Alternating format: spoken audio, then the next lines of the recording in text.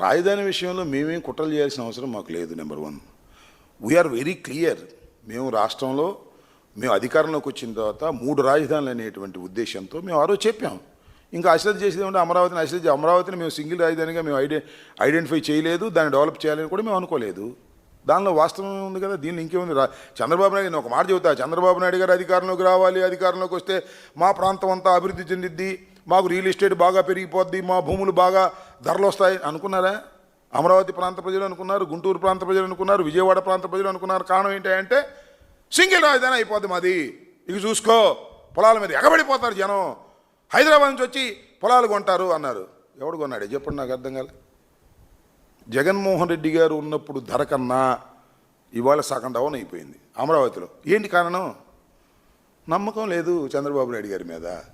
నీ దుంపదేగా 52,000 ఎకరాలు తీసుకున్నావు, 53,000 ఎకరాలు తీసుకున్నావు, మళ్ళీ 43,000 ఎకరాలు అంటున్నావు. ఇది చేసేది కాదు, చచ్చేది కాదు. కేవలం నువ్వు టెండర్లు పిలిచి డబ్బులు కాజేయటం కోసం చేసేటటువంటి కార్యక్రమం. ఈ భూములన్నీ తాకట్టు పెడతాడు, 1,00,000 కోట్లు తీసుకొస్తాడు, టెండర్లు పిలుస్తాడు, ఆ 1,00,000 కోట్ల మొబిలైజేషన్ అడ్వాన్స్ 10% ఇస్తాడు, 8% తీసుకుంటాడు. శ్రీమద్ రమారమణ గోవిందో, మునిగిపోయినా పట్టించుకోడు. అసలు నాకు తెలియగలుగుతానండి, కొండవీటి వాగు ఆధునీకరణ చేయకోకుండా లిఫ్ట్ పెడితే ఏం ఉపయోగం అని అడుగుతున్నారు అందరూ. నా ప్రశ్న కాదు, ఇంజనీరింగ్ డిపార్ట్మెంట్ వాళ్ళ, ఇరిగేషన్ డిపార్ట్మెంట్ వాళ్ళు చెప్పాలి దీనికి సమాధానం. ఏంటి ఇవాళ నేను ఉన్నది వాస్తవమా కాదా? ఇవాళ వాటర్ ఉందో లేదో వెళ్ళి చూసిరండి.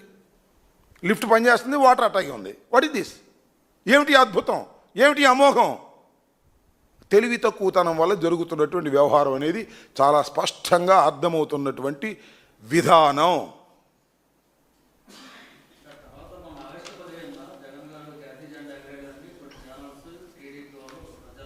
ముఖ్యంగా టీడీపీ వాళ్ళు, ఆయన ఎవరు, నారా లోకేష్ గారు, ఆయనకున్న ఛానల్స్, ఇవన్నీ కూడా జగన్మోహన్ రెడ్డి గారు ఆగస్టు 15కి స్వాతంత్ర దినోత్సవ సందర్భంగా జెండా కూడా ఎగరేయలేదు, ఇది అన్యాయం, అక్రమం అనేటువంటి మాటలు మాట్లాడుతున్నారు. నేను ఒక మాట చెప్తా ఉన్నా, స్వాతంత్ర దినోత్సవం అనేది భారత ప్రజలకి చాలా పర్వదినం లాంటిది. ఎక్కడ పెడితే అక్కడ జెండాలు ఎగరేయరు. నేను తెలియగలుగుతానబ్బా, చంద్రబాబు నాయుడు ఎన్నిసార్లు ఎగరేశాడే అపోజిషన్లో ఉన్నప్పుడు? హైదరాబాద్లో ఎగరేశాడు ఒకసారి, ఇంటి మీద ఒక గొట్టంలాగా గట్టి. అలా దాన్ని చాలా చీప్గా చూడకూడదు. వైఎస్ఆర్ కాంగ్రెస్ పార్టీకి ఒక ఆఫీస్ ఉంది. ఆ ఆఫీసులో స్వాతంత్ర దినోత్సవాన్ని పురస్కరించుకొని, 79వ స్వాతంత్ర దినోత్సవాన్ని పురస్కరించుకొని ఘనంగా సంతోషంగా జెండా ఎగరేసాము. జగన్మోహన్ రెడ్డి గారు ఎగరేయాలంటే ఎక్కడ పెడితే అక్కడ ఎగరేసేది కాదనే విషయాన్ని గమనించాలి. పవన్ కళ్యాణ్ గారు ఎన్నిసార్లు ఎగరేశాడే? ఇంతకుముందు కూడా రాజకీయాల్లో ఉన్నాడుగా. చంద్రబాబు ఎన్నిసార్లు ఎగరేశాడు?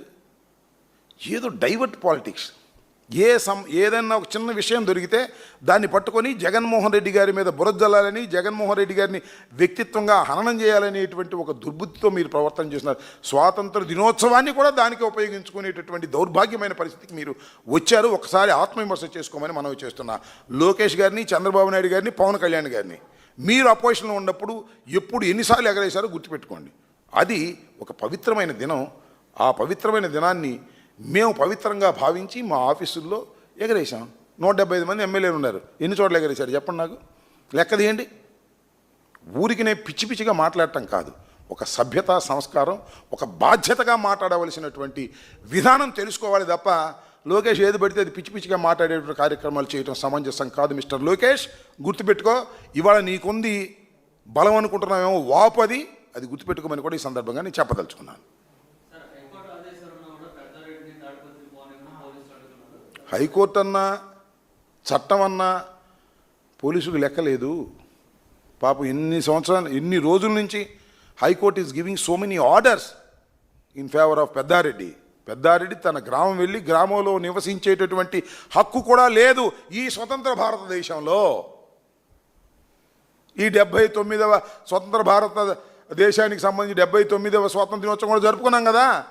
పెద్దారెడ్డి గారు, మాజీ ఎమ్మెల్యే గారు ఊర్లో వెళ్ళి నివసించడానికి కూడా స్వతంత్రత లేనటువంటి దౌర్భాగ్యమైన పరిస్థితిలో ఈ ప్రభుత్వం పనిచేస్తుంది. పోలీసులు ఆ విధంగా వ్యవహరిస్తున్నారు. చివరికి హైకోర్టు ఆదేశాలు ఇచ్చినా కూడా తూతు మంత్రం చేసేటటువంటి కార్యక్రమాలు చేస్తున్నారు. ఇది ఒక అరాచకమైన పాలన. ఇది పోలీసు రాజ్యంగా నడుస్తూ ఉంది. పోలీసులే ఓట్లు గుద్దారుగా మొన్న, అంతే. ఇది కూడా పోలీసులే ఓట్లు గుద్దుతారు, పోలీసులే మమ్మల్ని అరెస్ట్ చేస్తారు, పోలీసులే మమ్మల్ని కొడతారు. పోలీసులే పాలన చేస్తారు చంద్రబాబు నాయుడు గారికి అనుకూలంగా.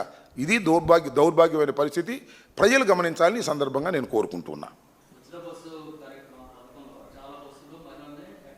కట్టారుగా బస్సులు. ముందు ఇది రేపల్లి వెళ్ళే బస్సు, ఇది పొన్నూరు వెళ్ళే బస్సు, ఇది గుంటూరు వెళ్ళే బస్సు అని కట్టినట్టుగానే ఇది మహిళలకు ఉచిత ప్రయాణం లేని బస్సు అని కట్టారు. ఎక్కువ బస్సులు అయ్యే కట్టారు.